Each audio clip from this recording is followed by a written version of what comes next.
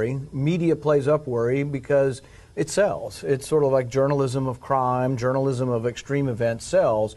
So they were playing it up. And then Trump would come out and he would have a press conference and people would say, well, he doesn't sound very informed on science and we're worried about him being out there in front of this thing. What if millions of people die and Trump's not, completely got all the data straight?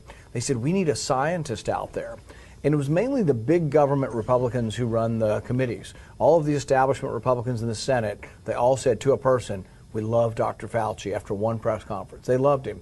And even Trump wasn't certain at first. He sounds so reasonable. And actually in the first couple of weeks he was somewhat reasonable, but he got worse and worse and worse as time got on. But then he became a force of his own and so prominent that his edicts, I think Fauci is of the philosophy that vaccines are incredibly successful and are the way to go versus therapeutics, for example. So with regard to AIDS, he was involved in as the AIDS epidemic came up, he wanted to develop a vaccine. There's nothing wrong with that. He wanted to develop a vaccine. Vaccines can be great for polio or smallpox. They're wonderful. It didn't actually work for AIDS. We still don't have an AIDS vaccine. But some people say that it hindered the therapeutic, and right now we treat AIDS pretty well. You can prevent people from having AIDS. People are HIV positive. They're on like 5 or 10 different drugs. But the therapeutic angle ended up being the best. But he was biased towards a vaccine. And it's the same way now. I would venture to say that thousands of people die in our country every month now from COVID because he's de-emphasized the idea that they're therapeutics. Kaboom. Thousands of people died. This is the Peter Navarro's blood on his hands. Dr. Wolf, at the beginning of the show, I know you didn't get a chance to see it, but we did a big cold open about everything about airline mandates for vaccines, what's happening in New York City, this kind of chaos. The CDC's coming out now. It's only 3 days or 4 days after you test negative that, they're changing. Everything's changing. FDA says one thing, CDC another, Surgeon General another, Fauci another, and then they reverse it right afterwards. And you've got Rand Paul. Put in perspective right now of what's going on. We got de Blasio getting high-fived by the Mika show, Mornings with Mika, right? The new name for the Morning Joe show. You've got DC is dropping these massive vaccine mandates. Put in perspective, where are we right now? And is Rand Paul right? Is Dr. Fauci responsible for thousands of deaths a month?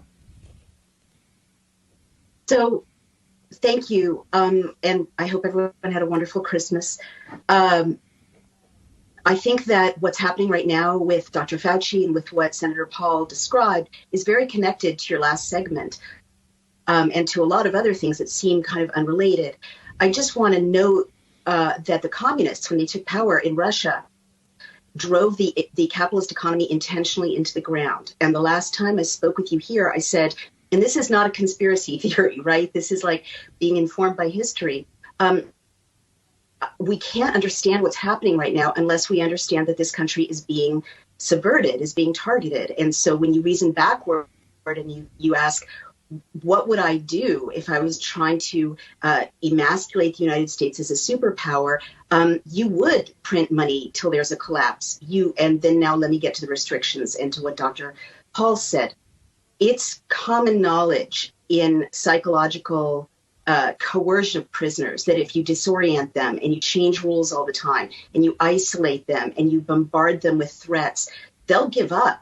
And so I think we can't understand all these conflicting messages coming from the talking heads in any reasonable way, except to understand that we are being targeted by a kind of psychological warfare in addition to economic warfare, in addition to medical tyranny warfare, in addition to soon environmental warfare that's going to use the real climate crisis in order to give up our rights, giving up our land.